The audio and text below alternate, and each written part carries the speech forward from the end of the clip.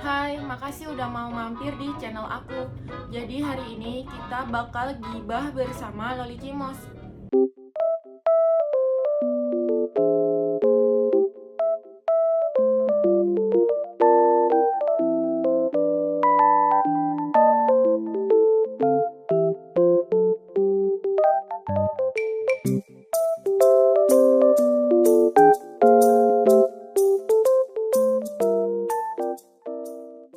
Hari ini aku mau sharing tentang papa mama aku yang nikah beda ras dan agama. Ini buat kalian yang misalnya pengen nikah sama pasangan yang beda ras atau agama, bisa mikir lebih lagi gitu untuk kayak dampak-dampaknya apa aja, itu lebih dipertimbangkan.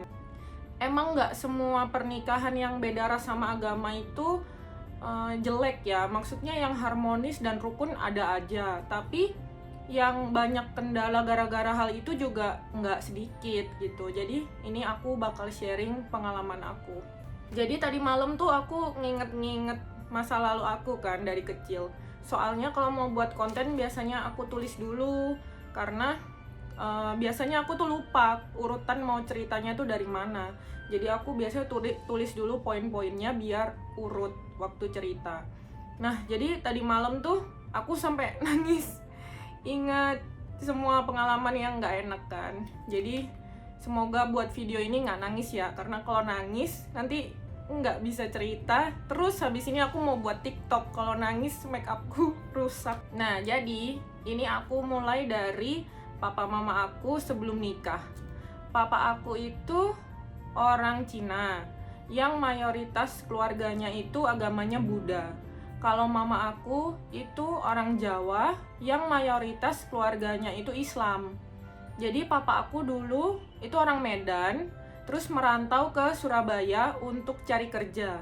Nah, di Surabaya itu papa aku itu kerja kalau nggak salah jadi sales bahan bangunan.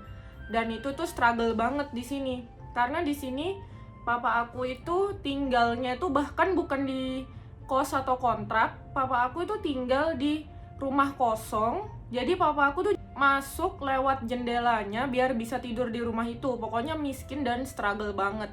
Sedangkan mama aku itu orang Probolinggo. Mama aku ke Surabaya untuk kuliah.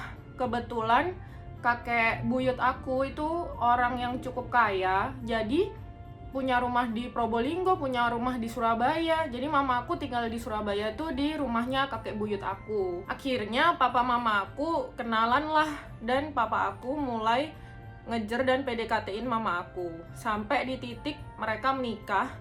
Menikahnya itu papa aku mualaf. Nah, terus entah gimana ceritanya, waktu aku masih umur 3 tahun, papaku tuh ngajak aku liburan di Medan. Dan tiba-tiba papa aku tuh ninggalin aku sendirian di Medan. Papa aku tuh pulang ke Surabaya. Jadi nggak ngomong apa-apa, terus tiba-tiba aku ditinggalin sama nenek aku yang di Medan.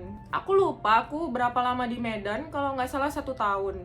Dan itu rasisnya itu baru mulai berasa di Medan itu. Jadi keluarga Medan aku kan kebanyakan Cina, dan mereka kurang setuju sama pernikahan papa mama aku. Kenapa kok papa aku menikah sama orang Jawa?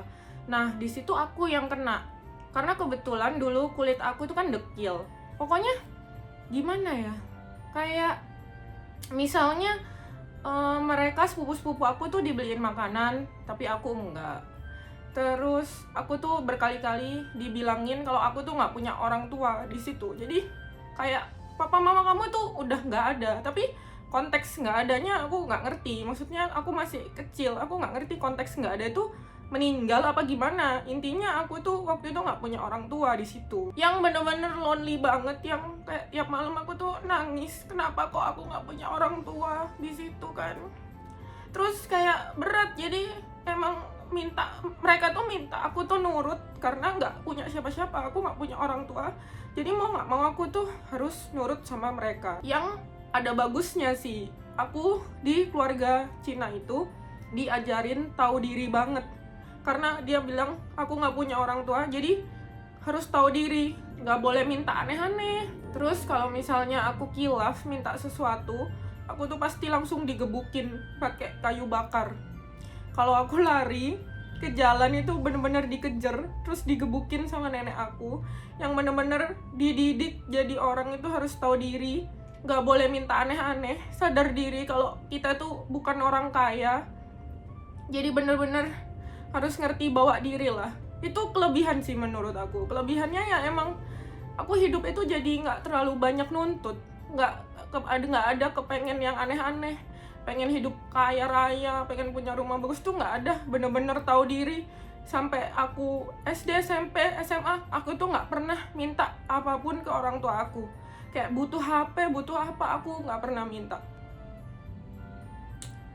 Bagusnya di keluarga Cina aku dari kecil itu udah diajarin kayak harus mulai buang sampah, cuci piring sendiri, dan lain-lain. Pokoknya kebersihan itu penting gitulah. Terus habis tinggal 1 tahun di Medan, tiba-tiba papa aku tuh jemput aku karena aku udah mau mulai sekolah, kayaknya aku udah umur 4 tahun. Jadi aku dijemput balik ke Surabaya. Tapi aku tuh belum sekolah waktu itu, jadi aku sekolahnya telat. Aku biasanya kan masuk TK umur 5, aku masuk TK tuh umur 6. Jadi selama 1 apa 2 tahun, aku gantian tinggal sama keluarga aku yang di Probolinggo, keluarga aku yang Jawa. Nah, keluarga Jawa ini kebalikan dari keluarga Medan. Gak ada yang rasisin aku, gak ada yang jahatin aku, gak ada yang bilang aku nggak punya orang tua, aku harus tahu diri, nggak ada. Semua sayang sama aku, karena aku cucu pertama, aku tuh anak paling kecil. Jadi semua itu harus ya sayang gitu. Bahkan kalau main, aku tuh nggak mungkin kalah, karena biasanya kan kalau kalah dihukum. Jadi aku itu nggak mungkin kalah, karena kalau kalah pasti kakak-kakak sepupu aku itu yang bilang, jangan panggilan aku Ling-Ling ya, jangan Ling-Ling yang dihukum, aku aja gitu. Jadi bener-bener disayang parah lah di keluarga Jawa itu. Terus karena aku cucu pertama, kakek aku tuh bener-bener manjain aku, yang mainan apapun yang aku minta pasti dikasih. Aku nggak pernah disuruh buang sampah, bersih-bersih, pokoknya kebalikan dari keluarga Medan. Tapi aku nggak bilang, pokoknya dua keluarga ini ada plus minusnya sendiri gitu. Aku nggak ngejudge Medan lebih baik atau Probolinggo lebih baik, enggak. Keluarga dua ini aku mendapatkan hal yang berharga dari keduanya gitu loh. Sampai aku udah tinggal di Surabaya karena aku mulai sekolah TK.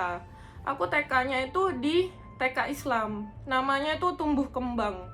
Kalau sekarang kayaknya sekolahnya udah bubar, soalnya itu dulu sekolah deket rumah, yang jalan kaki aja nyampe. Jadi TK aku itu kayak berjalan biasa aja, lancar-lancar aja. Terus aku mulai masuk SD, papa aku nggak mau. Terus aku mulai masuk SD, di situ papa aku tuh mulai ada duit. Yang dulunya cuma sales bangunan, papa aku itu mulai merintis usaha jadi kontraktor dan mulai ada duit. Karena mulai ada duit, pergaulan papaku pun mulai beda. Terus papa aku itu banyak berteman sama teman-temannya yang emang Cina semua, kayak Jawanya mungkin 10% doang. Mulailah itu udah agak berubah papa aku. Terus aku SD-nya disuruh masuk SD Katolik, tapi waktu itu sekolahnya nggak terlalu elit, itu deket rumah juga. Jadi meskipun Katolik, tapi isinya itu bener-bener random. Islam ada, Kristen ada, Buddha ada, terus Jawa, Cina, Papua. Di sekolah itu random. Jadi aku di sekolah itu tidak mengalami rasisme. Jadi berjalannya biasa aja di sekolah. Terus aku juga termasuk pintar, selalu 5 apa 10 besar, pokoknya termasuk anak-anak pinter lah, ranking 2 juga pernah. Tapi papa aku waktu SD itu udah mulai berubah. Karena papa aku itu kan full kerja, mama aku itu full ibu rumah tangga. Jadi mama aku nggak kerja sama sekali. Tapi papa aku itu merasa kesel sama mama aku, karena mama aku nggak kerja, tapi di rumah juga nggak bersih-bersih. Jadi rumah aku itu sering banget kotor, tapi mama aku itu malesnya itu agak parah, dalam arti misalnya habis makan digeletakin gitu loh, bisa 3 hari nggak dibuang. Jadi papa aku mulai komplain tentang sifat mama aku dan mulai cerita ke teman-temannya kan, kayak mama aku itu pemalas lah, ginilah, gitulah. Kayak misalnya papaku sore pulang kerja, mama aku tuh belum mandi, terus ngelihat mama aku lusuh pakai daster, itu papa aku udah bete. Jadi papa aku tuh males pulang, curhat ke teman-temannya. Teman-temannya tuh mulai kayak ngasih saran yang, tapi ini opini aku ya, karena dulu aku masih kecil dan isunya tuh kayak sekelibat doang. Jadi aku nggak benar-benar ngerti saat itu apa yang terjadi. Jadi teman-teman papa aku tuh mulai kayak bilang, lu sih nikah sama orang Jawa, makanya jadi kayak gini. Terus lu juga ngapain sih mau jadi mualaf? Lu itu kan Buddha, lu kan cowok, jadi harga diri. Masa cowok ngikutin cewek? Ya cewek lah ngikutin cowok, cowok itu pemimpin gitu. Terus papa aku tuh mulai berubah, yang awalnya nggak pernah ibadah jadi ibadah. Jadi di rumah itu ada kayak tempat buat pai-pai. Aku kurang ngerti ya jelasinnya dalam bahasa Indonesia. Jadi buat naruh hio yang doa ke Buddha. Sebelumnya itu nggak ada. Papa aku mulai beragama lagi, tapi ngikutin yang Buddha. Terus papa aku mulai marah kalau aku ngaji. Jadi dulu SD tuh aku meskipun sekolahnya Katolik, aku masih ke masjid, masih ngaji. Papa aku tuh mulai ngelarang karena ngelihat aku tuh dibully. Orang-orang itu manggil aku itu Ciko. Ciko itu artinya Cina koplo. Terus mulai kayak gimana ya, cowok-cowok itu tiba-tiba bisa nyium aku, nyium paksa gitu. Tapi masih kecil, emang kayak kenakalan anak kecil aja. Kayak rasisme anak kecil lah, mungkin nggak biasa lihat orang sipit apa gimana. Soalnya aku tuh nggak Cina-Cina banget menurut aku. Kayak dibilang sipit juga nggak juga sih menurut aku. Kayak masih belok. Jadi aku juga kurang ngerti ya kenapa bisa dirasisme. Aku nggak Cina, nggak putih tih. Malah kulit aku tuh condong dekil menurut aku ya saat itu. Jadi papa aku tuh mulai nggak suka sama Islam. Aku dilarang ngaji. Pernah aku ketahuan ngaji, papa aku itu marah banget sampai aku bilang, kalau kamu ngaji lagi papa usir kamu dari rumah. Pokoknya kamu nggak boleh Islam, kamu nggak boleh jadi kayak mama kamu. Disclaimer ya, semua yang aku ceritain, misalnya aku bawa-bawa ras atau bawa-bawa agama, itu bukan karena ras atau agamanya jelek. Itu murni karena oknum. Orang Islam ada yang baik, orang Cina ada yang baik, orang Islam ada yang jahat, orang Cina ada yang jahat, orang Jawa ada yang jahat. Pokoknya tuh pure semuanya itu oknum. Aku nggak ada aku nggak ada niat untuk jelek-jelekin agama atau ras manapun. Karena gimana pun juga mereka berdua, kedua orang tua aku sayang sama mereka. Jadi aku nggak mau memandang buruk agama atau ras manapun. Ini benar-benar cuma oknum doang. Abis gitu, aku akhirnya nggak punya agama. Karena meskipun papa aku Buddha, tapi ibadahnya itu cuma tancap hio yang pai-pai, terus tancap hio gitu loh. Bukan yang benar-benar diajarin nilai dan norma pengajarannya apa. Jadi papaku tuh nggak ke wihara. Vihara apa wihara gitu kan. Aku kurang ngerti sih penyebutannya. Sorry kalau salah. Nah, mama aku mikir takut gitu. Aku tuh tumbuh sebagai anak yang nggak bisa membedakan mana baik, mana buruk. Terus, tapi aku juga nggak boleh Islam kan, nggak boleh ngaji. Jadi mamaku itu mikir masukin aku ke gereja. Ini absurd sih, tapi emang itu yang terjadi. Jadi mama aku tuh paksa aku dan marah-marah agar aku mau ke gereja. Mama aku bilang semua agama itu baik. Kamu ke gereja ini, kamu nggak usah jadi Kristen, nggak apa-apa. Yang penting kamu itu bisa membedakan mana yang baik, mana yang buruk. Mama aku cuma pengen hal itu. Ternyata aku enjoy ke gereja. Jadi aku ke gereja tiap minggu. Awal-awalnya terpaksa kan, tapi lama-lama enjoy sama lingkungannya. Dan aku suka sama ajarannya. Jadi aku mulai ke gereja tiap minggu. Sampai papa aku itu mulai nggak mau ngomong sama aku. Itu aku kalau nggak salah kelas 6 SD mau lulus ke SMP. Jadi papa aku nggak mau aku Islam, marah-marah. Tapi kalau aku ke gereja dan ikut Kristen, papa aku itu lebih ke arah nggak dukung, tapi nggak marah-marah juga, tapi nggak dukung, gimana ya. Tapi aku jadi dikacangin, papa aku itu nggak mau ngomong sama aku karena aku ke gereja. Tapi ya udah gimana, mama aku soalnya paksa terus, kayak nanti kamu nggak beragama mau jadi apa gitu-gitulah. Terus papa aku tuh mulai lebih parah sikapnya, kayak jarang pulang. Terus bahkan itu waktu itu udah mau cerai karena teman-teman papaku bilang kayak, udahlah mumpung masih muda lu tinggalin istri lu gitu-gitu. Terus di Surabaya kan papa aku tinggal di rumah mama aku, sampai temennya tuh bilang gini, udah lu ngekos aja sama aku, nanti aku bantuin, kita patungan lah apalah, pokoknya lu cerai aja sama istri lo karena nggak worth it dipertahankan rumah tangga ini. Buat apa sih lo sama orang Jawa, Islam pula, mending lo merintis lagi terus nikah sama orang Cina gitu loh.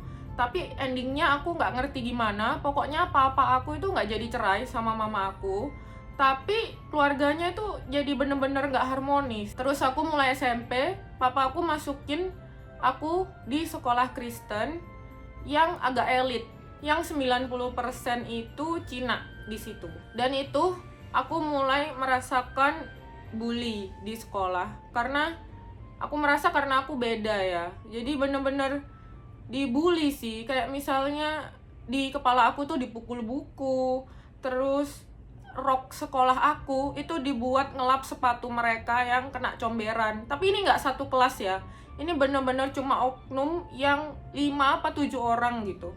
Jadi bener-bener nggak enak banget. Dan aku kan nggak deket sama papa aku, udah mulai nggak ngomong. Aku nggak ngerti harus cerita dibully itu sama siapa. Aku juga nggak deket sama mama aku, karena sejak papa aku mau cerai, udah jarang pulang dan lain-lain, mama aku tuh udah mulai berubah. Mama aku tuh jadi matre parah. Matre dalam arti, misalnya papa aku pulang subuh ya, mama aku tuh marah bilang gini, lu boleh pulang subuh, tapi lu harus ngasih duit gue sekian gitu-gitu loh. Padahal maksudnya suami pulang subuh kan ada yang salah kan dari itu? Tiap hari suami pulang subuh, nongkrong, dugem, mabuk, itu kan salah. Tapi mamaku udah kayak nggak peduli, cuma pokoknya lu harus minta duit gitu loh. Terus mamaku mulai abusive. Dikit-dikit aku tuh dipukulin, tapi dipukulinnya nih bener-bener parah, sampai memar semua. Sampai nenek aku itu yang di Probolinggo kan tahu, bener-bener ngomong, kamu tinggal sama nenek aja daripada digebukin gini, nenek nggak kuat liatnya. Aku juga nggak kuat digebukin. Itu bener-bener nggak enak. Di sekolah aku dibully, digebukin, di rumah aku digebukin mama aku. Terus papa aku, karena mama aku minta duit terus, mulai nggak mau kasih duit. Jadi ngasihnya itu pas-pasan.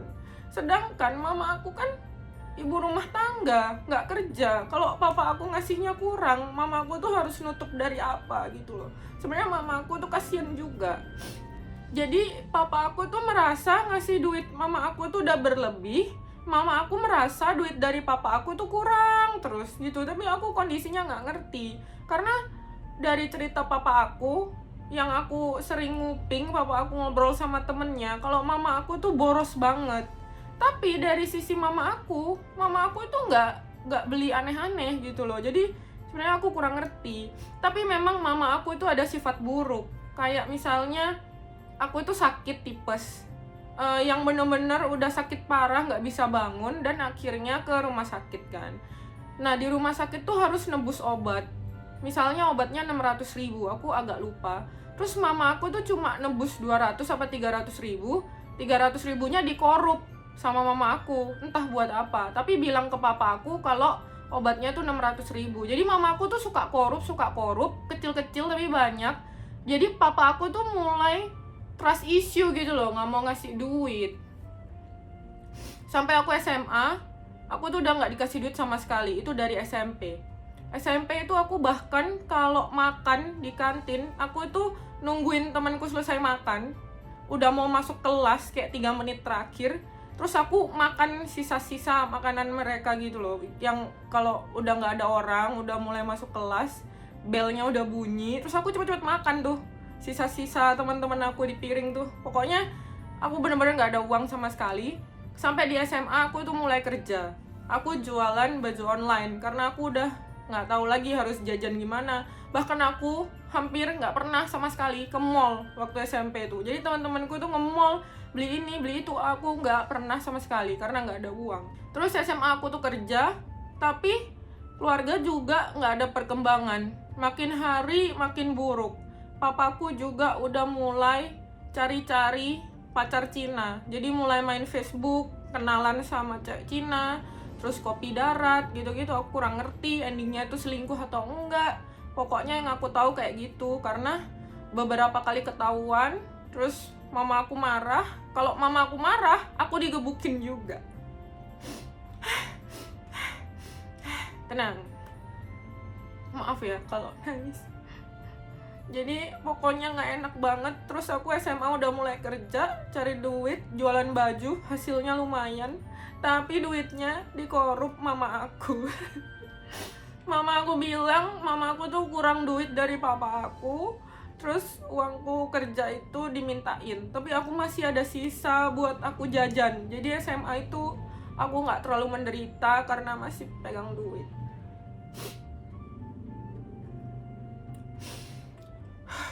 Terus mulai kuliah aku cari duitnya nggak jualan lagi. Aku mulai, karena kebetulan pintar, aku ikut-ikut lomba, terus dapat duit dari hasil-hasil lomba itu. Dan itu nggak dikorup mama sih waktu kuliah, karena kalau lomba gitu kan duitnya biasanya tunai. Waktu dulu korup karena dulu aku nggak punya rekening. Jadi orang-orang bayar aku transfer itu ke rekening mama aku. Jadi misalnya aku dapatnya 1 juta, mama aku ngasih ke aku cuma 500.000 gitu. Nah waktu kuliah nggak bisa korup karena hadiah lombanya kan cash. Jadi mama aku juga nggak ngerti aku menang lomba atau gimana, mama aku nggak ngerti.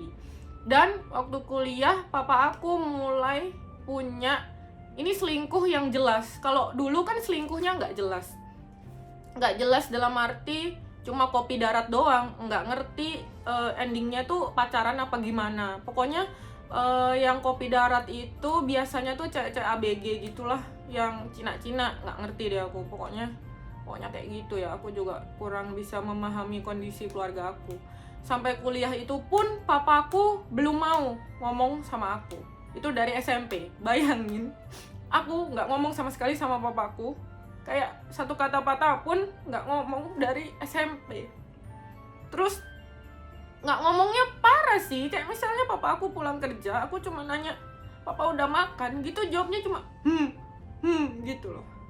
Kayak susah. Terus waktu kuliah, itu kan aku ke gereja kan, dari aku kelas 6 SD. Waktu kuliah itu ada masalah. Ini bener-bener oknum ya, jadi jangan salah paham. Aku nggak ada bilang ada orang jahat, orang baik, agama jahat, agama baik, nggak ada. Ini bener-bener oknum. Jadi saat itu gereja aku itu mintain duit, tapi mintain duitnya bukan untuk hal yang jahat gitu loh. Dalam arti di gereja itu wajib ngasih makan ke orang yang tidak mampu, tapi orang-orang yang ngasih makan itu di list. Maksudnya yang dianggap ekonominya cukup itu masuk dalam list itu gitu loh. Jadi misalnya yang ngasih makan itu si A, B, C, D, E, itu tiap 2 bulan harus nyediain uang 300.000 untuk ngasih makan ke orang yang tidak mampu. Dan aku masuk di A, B, C, D, E itu. Aku tuh udah bilang aku nggak ada uang, tapi bener-bener dipaksa harus ngasih makan ke orang yang kurang mampu. Dan itu aku stres banget. Dalam arti aku hidup itu udah susah, duit nggak dikasih, harus ngasih sumbangan pula, kayak nggak ada duit aku tuh. Terus aku tuh tetap nyumbang sampai 1 tahun apa 2 tahun itu, tetap aku berusaha menuhin tuntutannya mereka. Tapi sampai di titik aku bener-bener capek, kayak aku pengen beli baju nggak bisa, harus nyumbang juga, kayak beban gitu loh buat aku. Sampai di titik aku harus ngomong ke beberapa pengurus di gereja itu. Aku bilang aku nggak bisa nyumbang, aku nggak mampu kalau nyumbang. Tapi mereka malah bilang, kamu tuh pengen diberkati Tuhan tapi nggak mau menyalurkan berkat ke sesama. Pokoknya malah dijudge. Terus bilang gini, ya kamu kan tinggal minta ke bapak kamu duitnya, ngapain pusing-pusing? Gila kali minta ke bapak aku. Bapak aku Buddha. Terus aku Kristen udah nggak direstuin, masa aku minta duit atas nama gereja gitu loh. Papa aku kan pasti jadi benci ke orang Kristen kalau aku sampai melakukan itu, dan aku nggak mau. Sampai aku struggle, akhirnya aku keluar dari gereja. Terus aku nggak punya agama lagi. Kayak jadi bingung gitu loh, karena waktu itu aku keluar gereja A, aku kan pindah ke gereja B. Terus dilabrak sama gereja A, bilang, kamu jangan pindah gereja ya, karena kamu tuh udah bertahun-tahun di sini. kamu itu udah bertumbuh di gereja ini. Kalau kamu pindah berarti kamu mengkhianati gereja ini. Dan lagian kalau kamu pindah, kalau mereka nanya kenapa kamu pindah, kamu pasti endingnya jelek-jelekin gereja ini. Kamu nggak boleh pindah. Pokoknya aku didoktrin kiri kanan, terus aku bingung.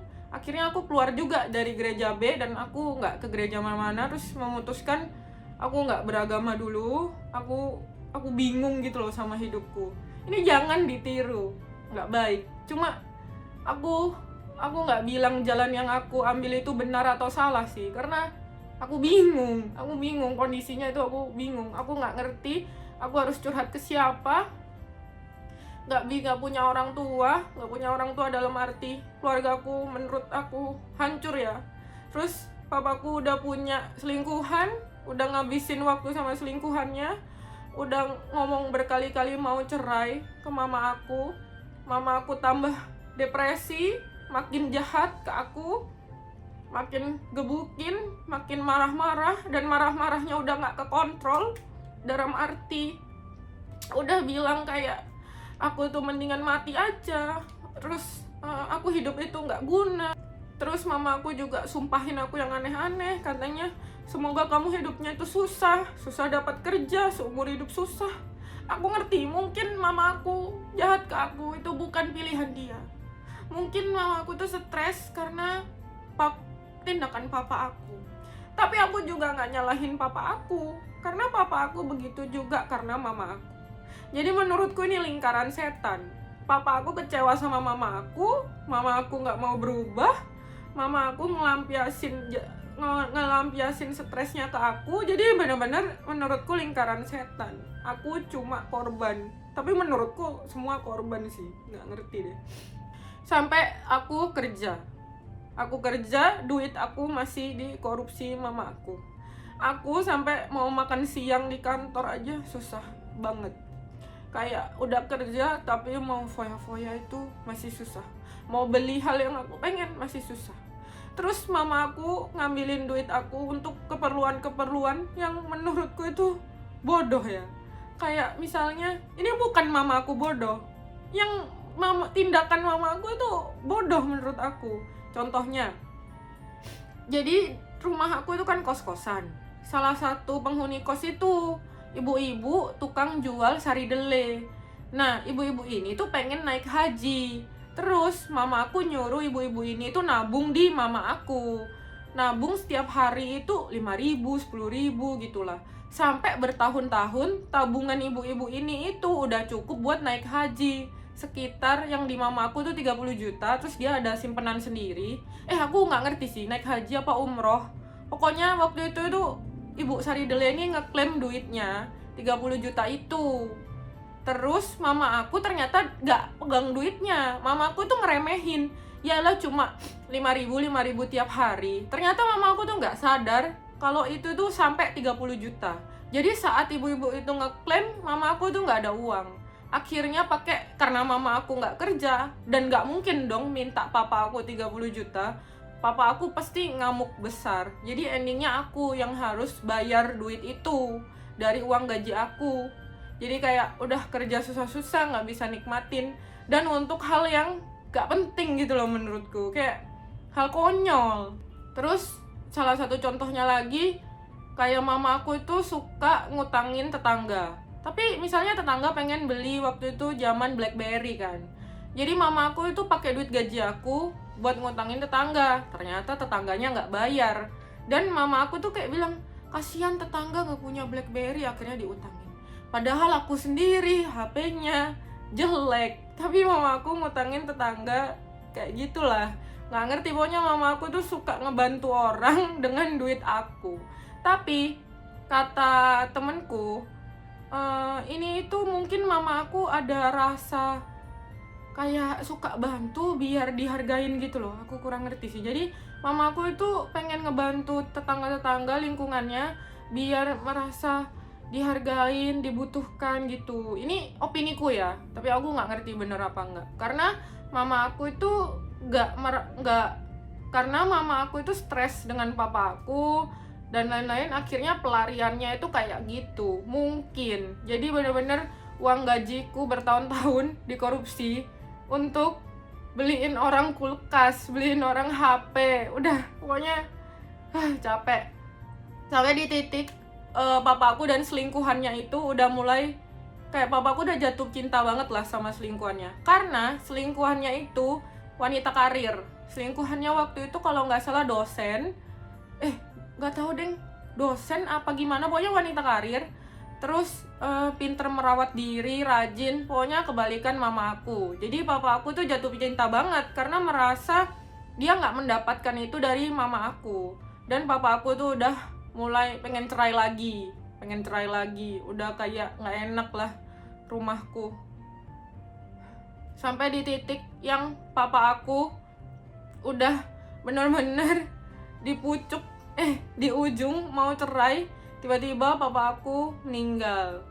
Aku juga kurang ngerti papaku meninggalnya karena apa, karena itu banyak komplikasi. Kayak papa aku tuh dari lahir jantungnya bocor, tapi bisa bertahan sampai umur 50 sekian. Terus tapi waktu itu katanya ususnya ada yang jebol juga, jadi aku kurang ngerti penyakit papa aku itu sebenarnya meninggal kenapa.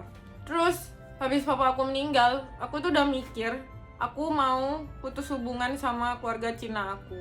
Karena sebenarnya bukan karena mereka jahat sih, aku benar-benar nggak nganggep mereka jahat. Aku juga bukan orang suci, aku juga bukan orang baik, cuma aku nggak kuat karena sifat nyinyir. Jadi keluarga Medan aku tuh suka nyinyir, tapi nyinyirnya itu nyinyir gabut yang dibuat-buat, tau gak sih?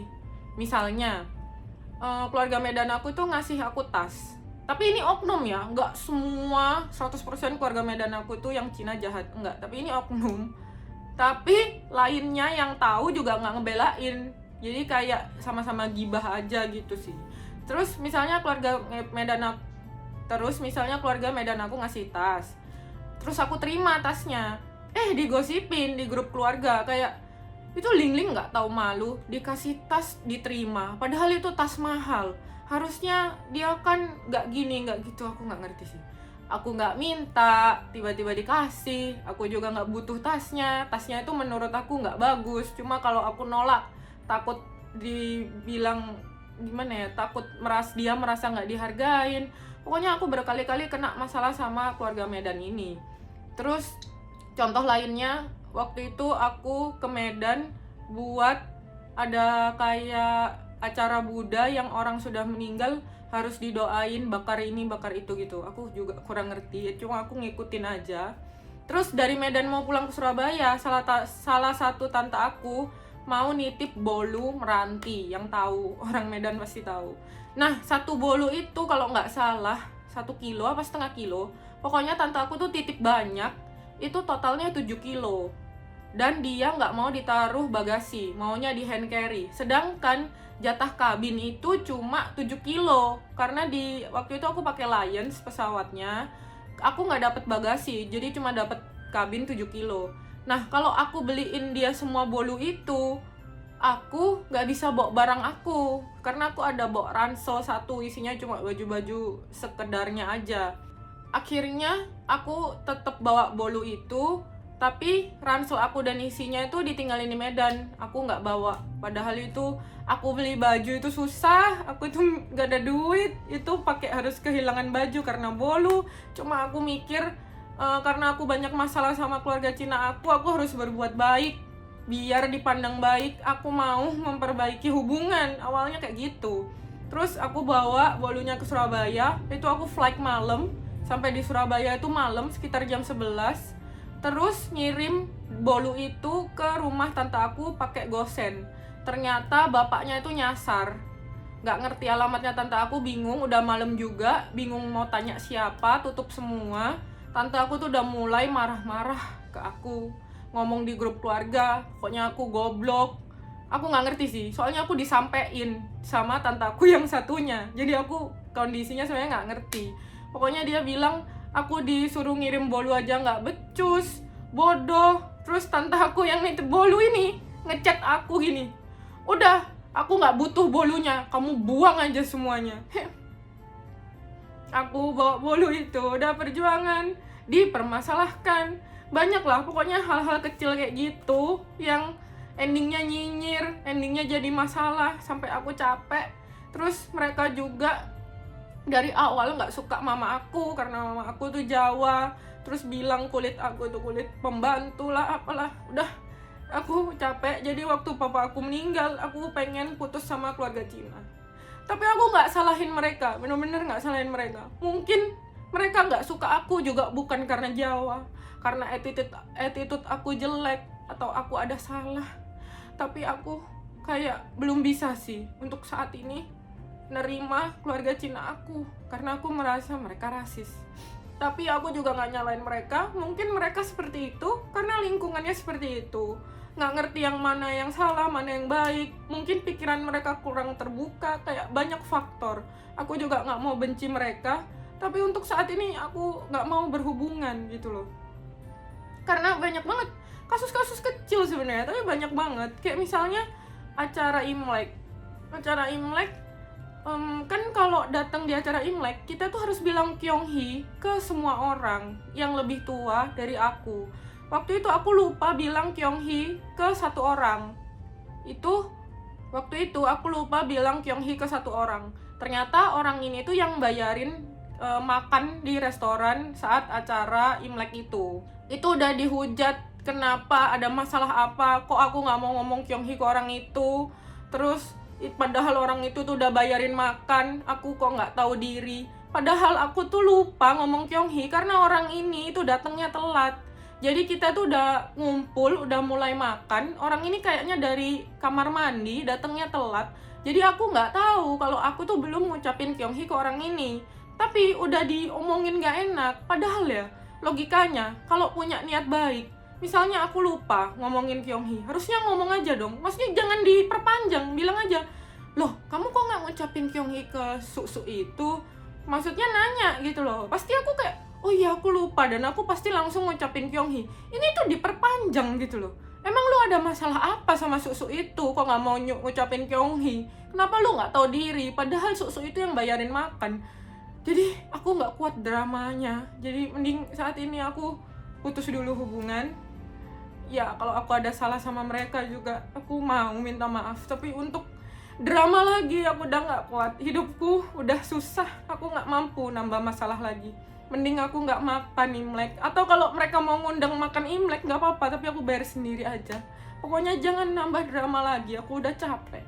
Terus papa aku juga udah minta cerai. Waktu papa aku udah di ujung mau cerai, udah mau milih selingkuhannya, papa aku meninggal. Dan dramanya nggak berhenti sampai di situ. Pokoknya panjang. Mama aku jadi ngelabrak selingkuhannya, jadi drama lagi, nggak harmonis lagi. Itu udah kayaknya 1 tahun setelah papaku meninggal, masih kacau, masih ruwet hidupku. Mamaku juga nggak berhenti gebukin aku, maki-maki aku, nyumpahin aku. Mungkin mama aku juga banyak beban masalah hidupnya banyak. Jadi mamaku jahat ke aku karena sebenarnya emang hidupnya berbeban aja, cuma emang berat gitu loh buat aku. Nah, udah setelah semua drama itu, saat ini hidup aku udah mendingan. Aku sekarang jadi tulang punggung keluarga. Biayain mama aku. Mama aku juga udah gak terlalu jahat lagi, udah ngobrol baik sama aku, gak pernah mukulin aku lagi. Ya mungkin karena aku sekarang di Jakarta sih, mana bisa mukulin juga, aku gak ngerti. Tapi saat ini so far so good lah. Aku juga biayain adik aku kuliah. Udah pokoknya aku kasihan sama mama aku yang seumur hidup ngerasa papa aku tuh kurang ngasih duit. Mama aku gak bisa ngapa-ngapain karena ibu rumah tangga. Jadi saat aku ada uang, kayak aku selalu nanya, mama mau liburan kemana? Maksudnya aku bayarin. Misalnya mau ke Malang, ke Batu sama teman-temannya, ya nggak apa-apa, aku biayain biar mama aku tuh happy. Cuma di satu sisi, bukan aku nggak bisa maafin ya, kayak berdamai sama masa lalu itu susah banget sih menurut aku. Kayak kenapa aku kadang ada rasa gini loh, mama aku tuh udah jahat banget ke aku. Kenapa sekarang aku harus biayain mama aku? Kenapa aku harus jadi tulang punggung keluarga? Kenapa aku nggak cut aja hubungan semua sama keluarga aku? Jadi aku nggak usah susah lagi. Kenapa aku harus bayarin adik aku kuliah? Kenapa aku harus jadi orang yang baik? Kenapa aku harus tanggung jawab sama keluarga aku? Padahal mereka udah jahat. Kayak ada rasa kayak gitu. Aku kayak gimana kalau aku putus hubungan terus aku hidup enak aja gitu, nggak usah jadi tulang punggung keluarga. Toh selama ini aku kayak dikasih uang. Atau aku nggak ngerti sih, aku bingung. Karena mama aku dari SD juga bilang mau bunuh aku. Kayak berkali-kali bilang mau dibunuh, aku mati aja. Mamaku tuh sampai bilang mau ngasih racun di makanan aku biar aku mati. Kayak kenapa sekarang aku harus biayain mamaku? Ada rasa kayak gitu. Kayak susah berdamai sama semua perlakuan mama aku ke aku. Tapi aku mau maafin mama aku. Aku ngerti hidup mamaku juga susah. Kayak semuanya itu emang udah takdir, aku nggak ngerti sih. Meskipun sampai detik ini aku merasa aku nggak layak diperlakukan kayak gitu. Aku merasa aku nggak salah. Tapi aku mau berusaha maafin semua, bahkan keluarga di Medan. Aku sebenarnya pengen berusaha ngerti kalau mereka nggak jahat. Mungkin mereka nyinyir ya emang kebiasaan, hobi atau apa, tapi mungkin nggak niat jahat ke aku, nggak niat personal. Mungkin semua orang dinyinyirin, kebetulan akunya baper, mungkin gitu. Aku juga nggak ngerti.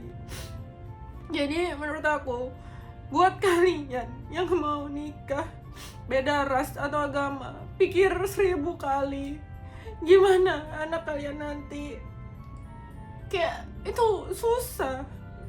Gimana ya, kayak papa aku aja setelah nikah baru egonya muncul. Kenapa aku harus pindah Islam demi cewek? Aku kan kepala keluarga, gitu loh. Kayak dipikir lagi, itu berat. Kayak kalian nikah sama agama aja itu masalahnya banyak, apalagi nikah beda agama, beda ras, itu berat.